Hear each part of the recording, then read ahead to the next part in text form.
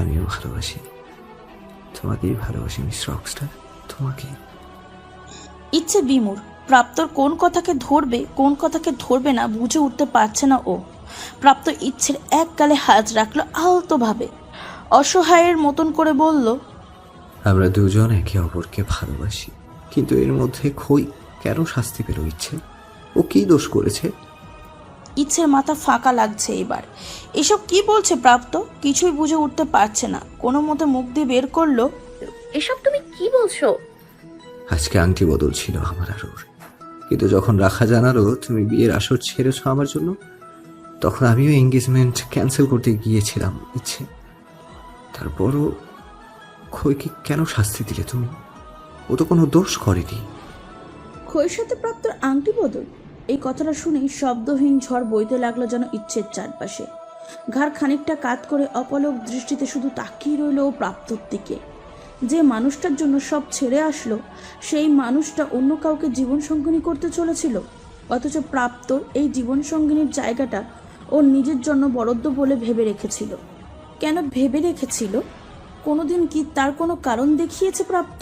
তবে ও কেন ভেবে রেখেছিল? এত বড় ভুল কি করে ফেলো ও? নিজের কাছে নিজেকে অচেনা মনে হতে লাগলো ইচ্ছে। ওকে চুপ থেকে প্রাপ্ত এবার ইচ্ছের দুগাল ধরে বলল, কেন করলে এমন? ইচ্ছে কেন? শুধুমাত্র তোমার হবু বর রাকিন সাফায়াতের অনৈতিক নোটিশ খইয়ের কাছে ছিল বলে, তাই বলে ওর ক্ষতি করতে চেয়েছিলে তুমি?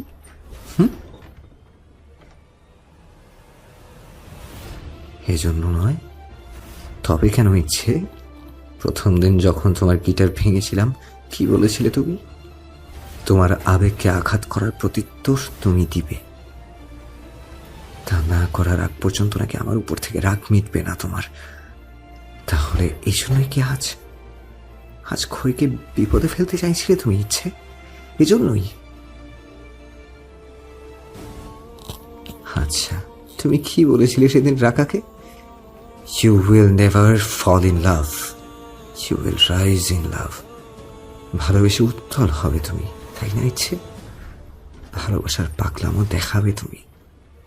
আজ তোমার মনে হলো ভালোবাসো তুমি আমায়, আর আজই আমার আর খইয়ের আংটি বদল হবার কথা।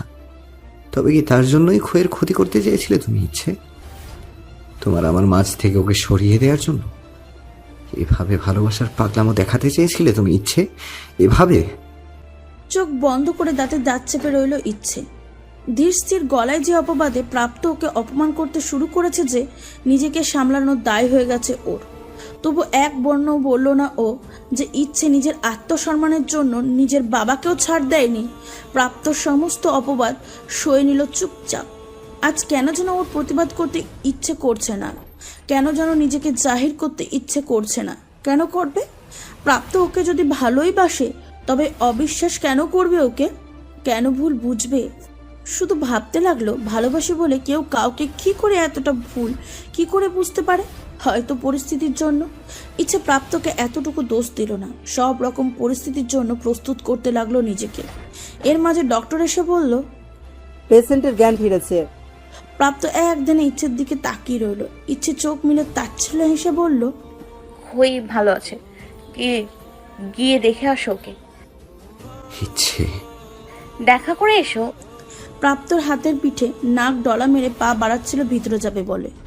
ডক্টর ওকে বাধা দিয়ে বলে উঠলেন, সরি, আপনি কোথায় যাচ্ছেন? পেশেন্ট তো ইচ্ছের সাথে দেখা করতে চায়। অবাক চোখে ডক্টরের দিকে তাকালো প্রাপ্ত। ইচ্ছে ভাবলো হয়তো হসপিটালে আনার জন্য খুব ধন্যবাদ দেবে ওকে। ডক্টরের দিকে নিমলিত দৃষ্টিতে তাকিয়ে থেকে বলল, ইটস ওকে ডক্টর, আগে যাই। সরি, পেশেন্টকে এই মুহূর্তে উত্তেজিত করা যাবে না। গেলে আপনাকেই অ্যালাউ করব আমরা, ওনাকে না। ইচ্ছে প্রাপ্তর দিকে তাকালো। ততক্ষণও সাফওয়ান এসেছে। ডক্টর আবার বলল, মিস ইনায়াত, ভেতরে যাবেন আপনি? সাফওয়ান এগিয়ে এসে বলল, অবশ্যই উনি যাবেন, ইনফ্যাক্ট উনি আগে যাবে। আগে যদি উনি ব্লাড ডোনেট না করতো খুকিকে বাঁচানো যেত না, তাই ওনার সাথে খুকি আগে দেখা করুক।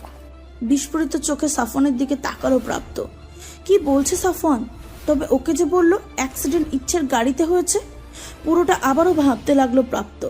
কেয়ারটেকার বলেছিল খই সে ইচ্ছায় বেরিয়েছে মিষ্টি ঘর থেকে। যদি খইয়ের অ্যাক্সিডেন্ট ইচ্ছে জেনে বুঝে করতো তাহলে ওকে হসপিটালে নিয়ে আসলো কে? ইচ্ছেই বা কেন এখানে কি করছে? আর ব্লাড দেওয়ার কথাই বা সাফান কেন বলবে? দিশেহারার মতন প্রাপ্তর মাথার চুল উল্টে ধরলো নিজের। খইকে অসুস্থ থেকে ইচ্ছের গাড়িতে অ্যাক্সিডেন্ট করেছে শুনে কী সব বলে দিল ও। ডক্টর বললেন, চলুন মিস ইনায়াত, পেশেন্ট ওয়েট করছে আপনার জন্য। বেশ অনেকবার নাম নিয়েছে আপনার। ইচ্ছে ডক্টরের সাথে পা বাড়ালো চুপচাপ। প্রাপ্তর মাথা ঠান্ডা হলে হয়তো সবটা বুঝতে পারবে ও, এটাও জানে। কিন্তু ততক্ষণ অবধি সবটা ঠিক থাকবে তো? ভিতর ভিতর বারবার মনে হচ্ছে শেষবারের মতন একটু শান্তি চাই ওর। কোনো ভুল বোঝাবুঝি চায় না, কোনো লাভ ক্ষতির পসাদ চায় না, কোনো জবাবদিহিতা চায় না, শুধু শান্তি চায়, একটু শান্তি। কেবিনের দরজা ঠেলে ভেতরে ঢুকলো ইচ্ছে। খই আদাশোয়া হয়ে বেডে বসে, ওর মাথায় হাতে ব্যান্ডেজ, ক্যানেলা, স্যালাইন চলছে। ওকে দেখেই খই উৎফুল্লভাবে বলে উঠল, ইচ্ছে। মৃদু হাসি নিয়ে এগোলো ইচ্ছে। আলতোভাবে খইয়ের গালে হাত রেখে বলল, এখন কেমন আছো খই? খই ইচ্ছের হাতের উপর হাত রাখলো নিজের। চোখ বন্ধ করে কাঁদতে লাগলো। তারপরে ইনশিয়া থেকে বেরোনোর কিছুক্ষণ পরই ওর সিএনজিটার সামনে গাড়ি নিয়ে দাঁড়িয়ে যায় নিজাম। ওর সাথে আরো দুজন ছিল। ঝামেলা এড়াতে মাঝ রাস্তায় ওকে রেখেই সিএনজি চালক পালিয়ে যায়। উপায়ন্তর না দেখে ছুট লাগিয়েছিল খই। আর তখনই ইচ্ছের গাড়িতে অ্যাক্সিডেন্ট হয় ওর। জ্ঞান ফেরার পর 1 ঘন্টার আগের স্মৃতির সাথে যুক্ত হয় ওর 1 যুগ আগের স্মৃতিও। যে স্মৃতিতে রয়ে গেছে ওর নাম খেয়া, আর ওর মা নাফিজা বেগম, বাবা নৌশদ সাহেব, নিজের প্রাণের চেয়েও প্রিয় বোন ইচ্ছে, আর ভালোবাসা বোঝার আগে থেকেই ভালোবাসার জায়গা জুড়ে নেওয়া রাকিন। নিজের ছোটবেলার যে স্মৃতির জন্য সায়রা মাকে প্রশ্ন করে করে কষ্ট দিত, সেই স্মৃতি যখন আজ ওর ফিরে এসেছে, সেই মাই ওর কাছে নেই। আজ ও নিজের নাম পরিচয় জানে। ও অনাথ না, ও তো ইচ্ছেরই বোন খেয়া। ওকে কাঁদতে দেখে ইচ্ছে বলল, কাঁদছো কেন তুমি? খেয়া চোখ মেলল, বলল, কি অদ্ভুত জীবন, তাই না রে ইচ্ছে? যখন আমি নিজেকে চিনিনি তখন হয়তো তোরা আমাকে খুঁজেছিস।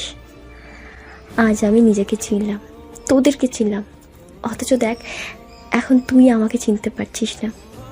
আমার সাথেই কেন এমন হবে ইচ্ছে? কেন? ভূ কুচকে তাকিয়ে রইল ইচ্ছে। খেয়া বলল, বড় মা ঠিকই বলতো, ইচ্ছে নদীতে যদি খেয়াতরি না থাকে তবে সে খেয়ার অস্তিত্ব থাকবে না। তোর থেকে দূরে সরে সত্যি খেয়ার অস্তিত্ব ছিল না ইচ্ছে। সে তো ভাদুল গায়ে সাহেরা মায়ের মেয়ে হয়ে বেঁচেছিল। খই দেখ না, আজ আবার নিয়তি আচমকাই তাকে মনে করিয়ে দিল তোর সাথে জড়িয়ে তার আরও একটা পরিচয় আছে। খই, খেয়া, তোর হারিয়ে যাওয়া বোন। কথা শেষ করে শব্দ করে কাঁদতে লাগলো খেয়া। শ্বাস আটকে খেয়ার কথাগুলো শুনলো ইচ্ছে। বুঝে উঠতেই নিজের সাথে মিশিয়ে নিল ও খেয়াকে। গায়ে মাথায় হাত বুলিয়ে ওর চোখ মুখে অজস্র চুমুই ভরিয়ে দিল। সুখের অশ্রুজল বাদ মারল না ইচ্ছের। বাকি সব কিছু ভুলে গেছে ও। কাঁদতে লাগলো খেয়াকে জড়িয়ে। কিছু হারিয়েছে বা হারাতে চলেছে কিনা জানে না ও। শুধু মনে হলো হারানোর মাঝেও প্রাপ্তি। এ কান্না স্বস্তির, এ কান্না প্রশান্তির।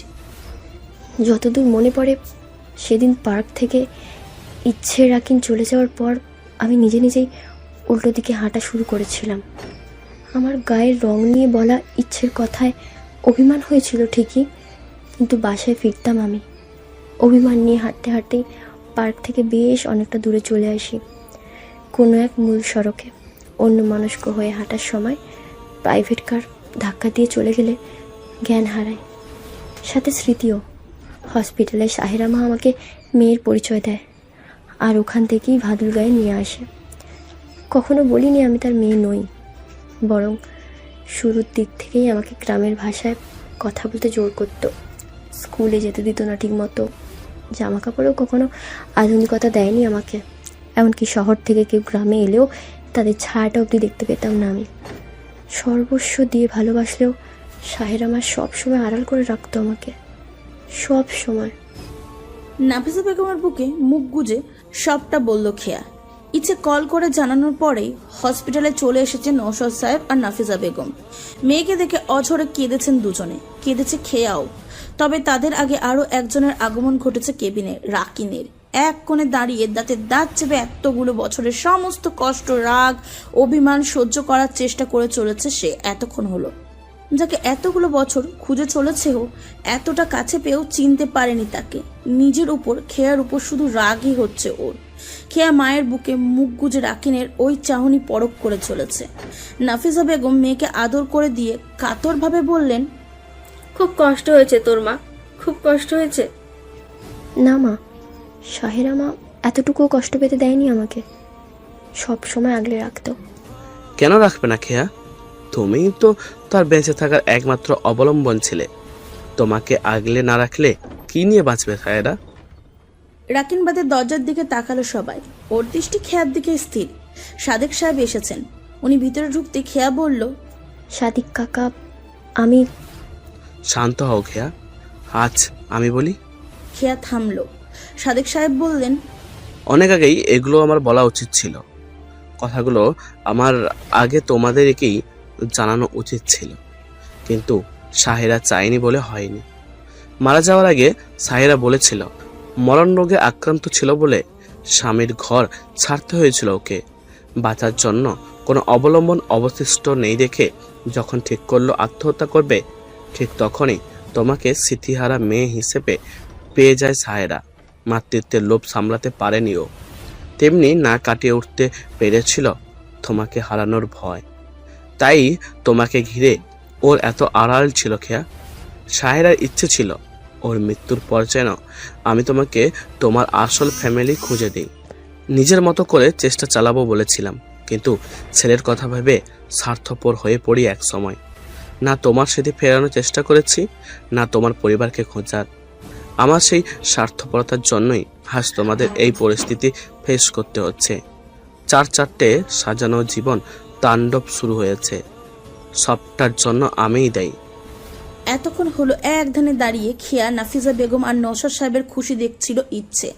সাদিক সাহেবের কথা এবার এগিয়ে আসলো ও। বলল, দায় কেন নিচ্ছেন?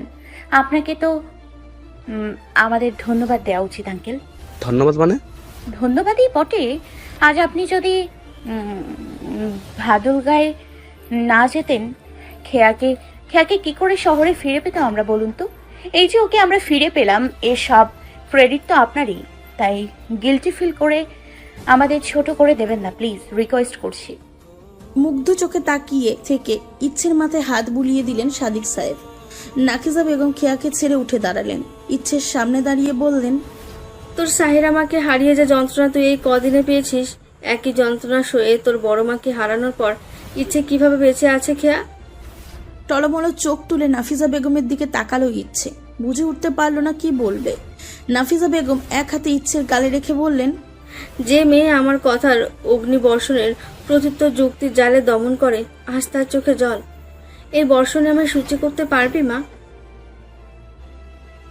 আমি সত্যি তোর মা হওয়ার যোগ্য নই ইচ্ছে। কোনোদিনই এতটুকু বুঝতে চাইনি তোকে।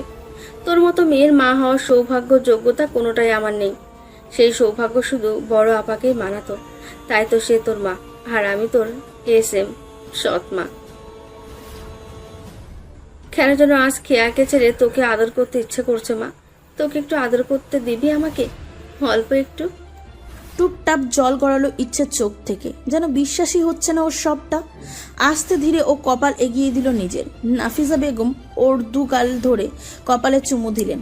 বাস্তবতা টের পেতে নাফিজা বেগমকে শক্ত করে জড়িয়ে ধরল ইচ্ছে। উপরালা আজ যেন দুহাত ভরে ভরিয়ে দিয়েছে ওকে।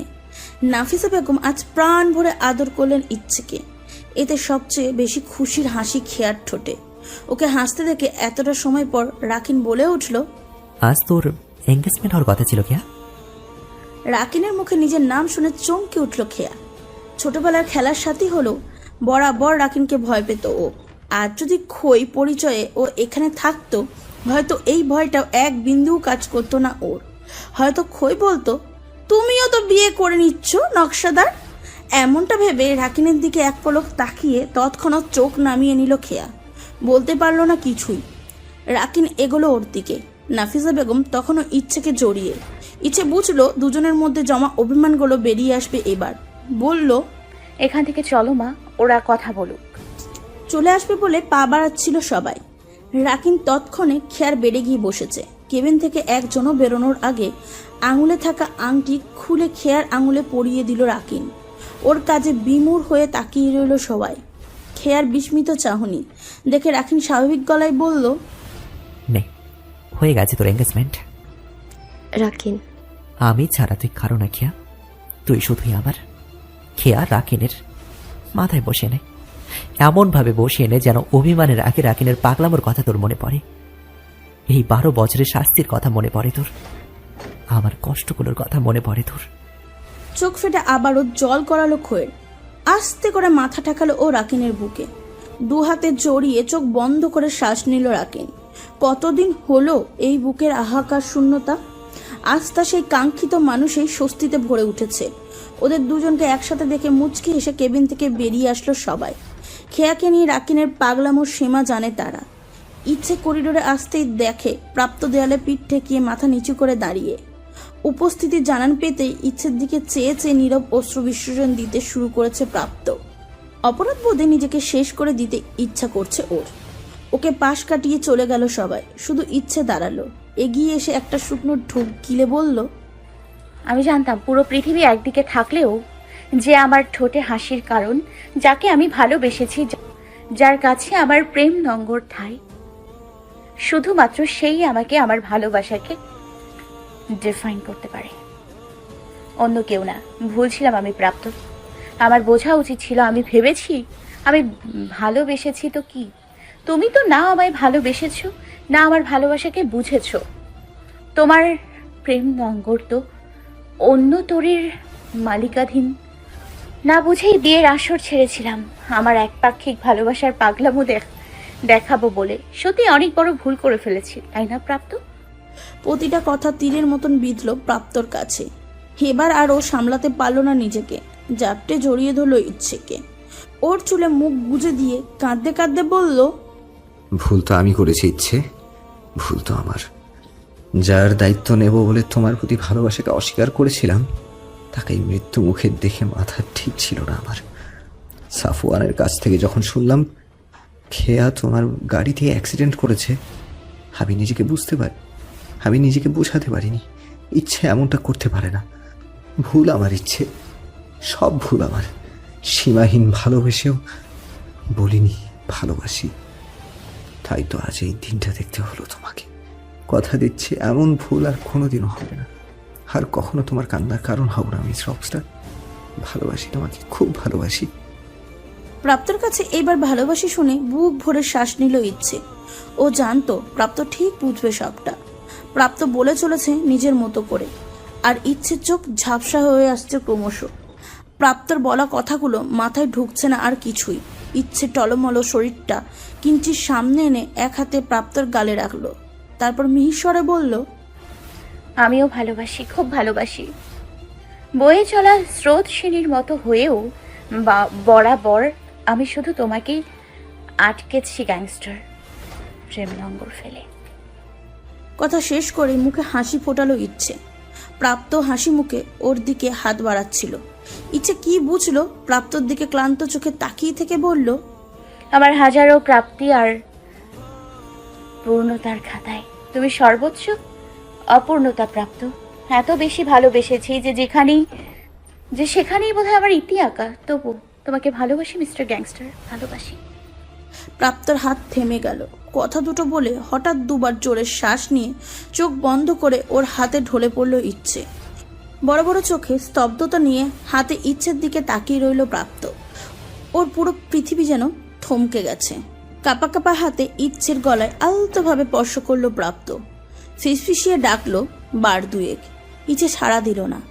হাতের তরলের উপস্থিতি টের পেয়ে ইচ্ছের গলা থেকে কাঁপতে থাকা হাত উপরে তুলে ধরল প্রাপ্ত। কান দিয়ে রক্তক্ষরণ হয়েছে ইচ্ছের। কানের পাশ বেয়ে গলার দিকটা রক্তে ভিজে উঠেছে। অবিশ্বাসের সেকেন্ড দুই তাকিয়ে থেকে দুহাত শক্ত করে ইচ্ছেকে জড়িয়ে ধরল প্রাপ্ত। গগন বিদারক চিৎকার করে বলে উঠল, এটা কি করলে তুমি ইচ্ছে? কি করলে এটা? যেটুকু বলে তোমার ভালোবাসাকে অপমান করেছি তার জন্য শাস্তি প্রাপ্য আমার, কিন্তু তাই বলে এমন শাস্তি দিও না আমাকে ইচ্ছে। এমন শাস্তি দিও না। এখনো তো ইচ্ছে নদীর ভালোবাসায়, আচ্ছা, এখনো তো ইচ্ছে নদীর ভালোবাসার স্রোতে গা ভাসানো বাকি। এখনো তো তোমার নামের প্রেম যমুনায় প্রেম নগর ফেলা বাকি। চোখ খোলো ইচ্ছে, প্লিজ চোখ খোলো। ভালোবাসার উত্তাল ঢেউ হয়ে এসে এইভাবে আমাকে নিঃস্ব করে দিয়ে নিজেকে দূরে সরিয়ে নিতে পারো না তুমি ইচ্ছে, পারো না। মিস ইনায়াতের অ্যাক্সিডেন্টের প্রায় 6 ঘন্টা পার হয়ে গেছে মিস্টার রাকিন, আর তার মাথায় আঘাতটাও ঠিক ততই লেগেছে। ব্রেনে ব্লিডিং শুরু হয়েছে তখন থেকেই। শুরুর দিকে বলে তিনি হয়তো তৎক্ষণাৎ টের পাননি, কান দিয়ে আসা অল্প বিধ্বস্ত রক্তকে ইগনোর করেছেন। এখন এতটা সময় পরও ব্লিডিং বেড়েছে। পুরো দিন না খাওয়া উনি, ফিজিক্যালি উইক হয়ে ব্লাডও ডোনেট করেছে 2 ব্যাগ। এটুকু বলে ডক্টর থামলেন। সামনের মানুষগুলোর বিধ্বস্ত রূপ দেখে আরও বলার পূর্বে তার সাহস সঞ্চার করা প্রয়োজন। জ্ঞান হারানোর পর ইচ্ছেকে এমার্জেন্সিতে নিয়ে যাওয়া হয়েছে। রক্তক্ষরণ থেমেছে, তবে জ্ঞান ফেরেনি ইচ্ছের। ডক্টরের সামনে চেয়ারে রাকিন, নওশাদ সাহেব অসহায় চাউনি নিয়ে বসে, আর এক কোণে দুহাত মুঠো করে মেঝেতে দৃষ্টি স্থির করে প্রাপ্ত দাঁড়িয়ে। হাতের তালুর উপর পিঠ থেকে রক্ত ঝরছে ওর। ইচ্ছেকে এমার্জেন্সিতে নিয়ে যাওয়ার সময় ওর করা পাগলামিতে করিডোরের দেওয়ালেও লেগেছে সেই রক্ত। কথাগুলো শোনার পর প্রাপ্ত আরও বেশি উত্তেজিত হয়ে পড়বে, তা বেশ বুঝেছেন উনি। ডক্টর উঠে দাঁড়ালো রাকিন আর নওশাদ সাহেবও। নওশাদ সাহেবের সামনে গিয়ে ডক্টর বললেন, ব্লিডিং আপাতত না থাকলেও মিস ইয়ানাতের এখনও সেন্স ফেরেনি, রেসপন্স করছেন না উনি। আমাদের আর কিছু করার নেই মিস্টার নওশাদ। আমার মেয়েটা আর বাঁচবে না, তাই না ডক্টর?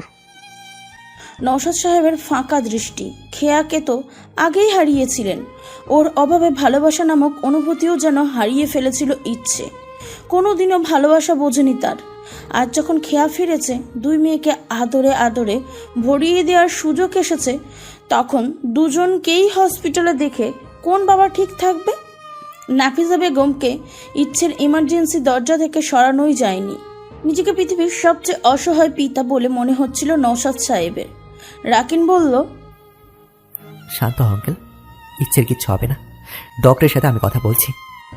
রাকিন সরিয়ে নিয়ে আসলো ডক্টরকে। যন্ত্রের মতন বসে রইলেন নওশাদ সাহেব। রাকিন বলল, ইচ্ছে কেমন আছে ডক্টর? উনি ভালো নেই মিস্টার রাকিন। মিস্টার নওশাদ ভুল আন্দাজ করেননি। এভাবে সেন্সলেস থাকলে হয়তো ইয়ানাতকে আমরা। কথা শেষ করার আগেই ঝড়ের বেগে ছুটে এসে ডক্টরের অ্যাপ্রনের 2 হাত চেপে ধরল প্রাপ্ত। তবে ওর রক্তবর্ণ চোখ আর শক্ত চোয়াল দেখে নমনীয়তা হারালেন না ডক্টর। ইচ্ছেকে ওর বাহুডোর থেকে সরানোর পর থেকে এমন পাগলামো করে চলেছে এই ছেলেটা। প্রাপ্ত ডক্টরের অ্যাপ্রন ঝাঁকিয়ে বলল, এই ডক্টর, আবার ইচ্ছের কিচ্ছু হবে না। ওর কিচ্ছু হলে আমি কিন্তু কাউকে বাঁচতে দেব না, শেষ করে দেব সব। প্রাপ্ত ওয়াদা করছে এটা। আমি রাকিন ঝাড়া মেরে ডক্টরকে ছাড়িয়ে নিল প্রাপ্তর হাত থেকে। অবাক চোখে তাকালো প্রাপ্ত। রাকিন শক্ত গলায় বলল, এটা তোমার গুন্ডামো দেখানোর জায়গা না প্রাপ্ত, এটা হাসপাতাল, আর উনি একজন ডক্টর। ওকে বলো আবার ইচ্ছেকে সুস্থ। কিসের তোমার ইচ্ছে? তোমার না ইচ্ছে, বরং এইসবের জন্য তুমি দায়ী। এতই যদি ভালোবাসো, কেন বলনি ভালোবাসো? যে মেয়ে এত বড় সেলিব্রিটি হয়েও তোমাকে সময় দিত, তোমার কাজগুলোতে তোমাকে বাধা দিত না, তোমার একটা বারের জন্য মনে হয়নি সেই মেয়ে তোমাকে নিয়ে কিছু তো ফিল অবশ্যই করে? একবারও ভাবনায় আসেনি সে কথা? হোক তা অনাকাঙ্ক্ষিতভাবে, তবুও বারবার কাছে এসেছিল তোমারও। কেন বলনি ভালোবাসো ওকে? তাহলে আজ আমাদের কাউকেই এই দিনটা দেখতে হতো না।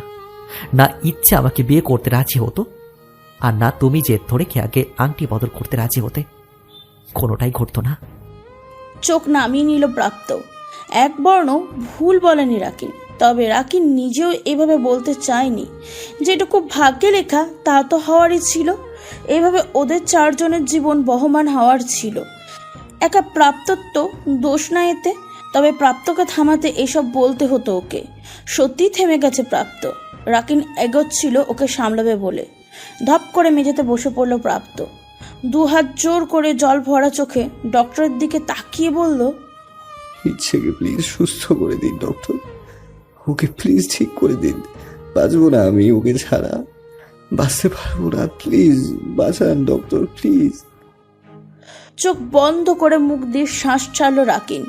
ইচ্ছে যখন বলেছিল গ্যাংস্টারকে ভালোবাসি, কৌতূহল থেকে রাকার কাছে শুনেছে ও প্রাপ্তর বিষয়ের সবটা। রাকার ভাষ্যমতে যে ছেলে মারপিটের ভাষা ছাড়া অন্য কোনো ভাষা বুঝতে জানে না, আজ সে হাত জোর করে কাঁদতে কাঁদতে কথা বলছে, নত হচ্ছে, হবেই বা না কেন? ভালোবাসার কেউ যখন মৃত্যু মুখে, তখন নিজেকে সামলানো কতটা কষ্টের, ও নিজে সেই পরিস্থিতির মুখোমুখি হয়েছে। ইচ্ছের অসুস্থতার কথা খেয়াকে জানানোর পর ওর অবস্থায় গুরুতর হয়ে গিয়েছিল। দুজনকে নিয়ে সমান ভয়ে ছিল সবাই। আপাতত ঘুমের ওষুধ দিয়ে রাখা হয়েছে খেয়াকে। ডক্টর প্রাপ্তকে তুলে দাঁড় করালেন, ওর কাঁধে হাত রেখে বললেন, আমি বুঝতে পারছি আপনার অবস্থা মিস্টার প্রাপ্ত। আমরা সর্বোচ্চ চেষ্টাই করেছি মিস ইনায়েতকে ঠিক করার। বর্তমানে মেডিকেলের সায়েন্সের অনেক উন্নত। অ্যাক্সিডেন্টাল স্ট্রোকের ক্ষেত্রে উন্নত দেশের ব্রেন অপারেশনের সিস্টেম চালু করা হয়েছে। এখানে আমাদের নিউরো হসপিটালেও কিছু স্পেশালিস্ট এমন অপারেশন করেছেন। আপনারা চাইলে আমরা মিস ইনায়াতের অপারেশনের ব্যবস্থা করব। একটুখানি স্বস্তির শ্বাস ফেলে ঠোঁট কামড়ে নিঃশব্দে কাঁদছিল প্রাপ্ত। ডক্টর এক পলক রাকিনের দিকে তাকিয়ে বললেন, বাট ব্রেন অপারেশন সাকসেসফুল হওয়ার পসিবিলিটি খুব কম মিস্টার প্রাপ্ত।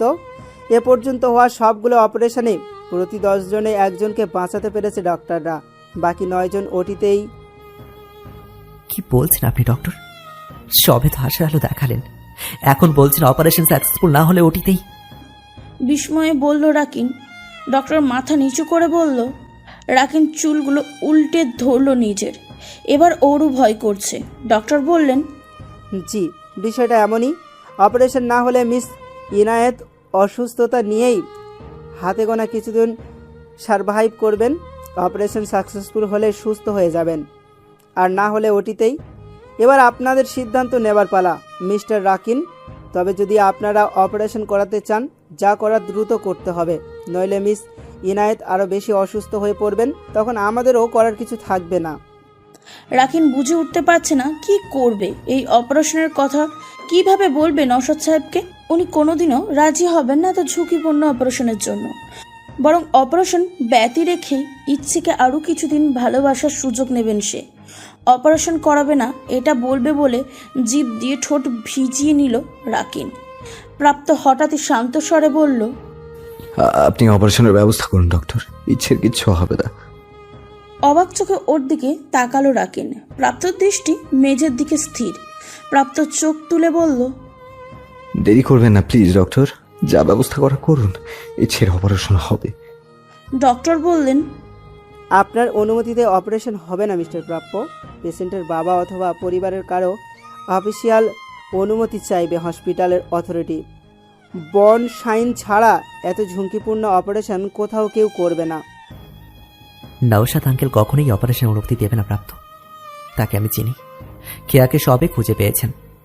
ইচ্ছেকে হারানোর এতটুকু ঝুঁকি তিনি এই মুহূর্তে নেবেন না। রাকিনের কথায় দুদণ্ড চুপ করে রইল প্রাপ্ত। অপারেশন হবে না এমন সিদ্ধান্ত নিশ্চিত করবে বলে সিদ্ধান্ত নিল রাকিন। হাঁচমকায় প্রাপ্ত বলে উঠল, বাবার পরিবর্তে পেশেন্টের বড় অনুমতি দিলে হবে। বিস্ফোরিত চোখে ওর দিকে তাকালো রাকিন। ডক্টরের চাহনিতেও আকাশসম বিস্ময়।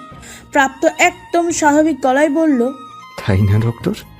বিয়ের পর মেয়েদের বড় অভিভাবক তো স্বামী হয়।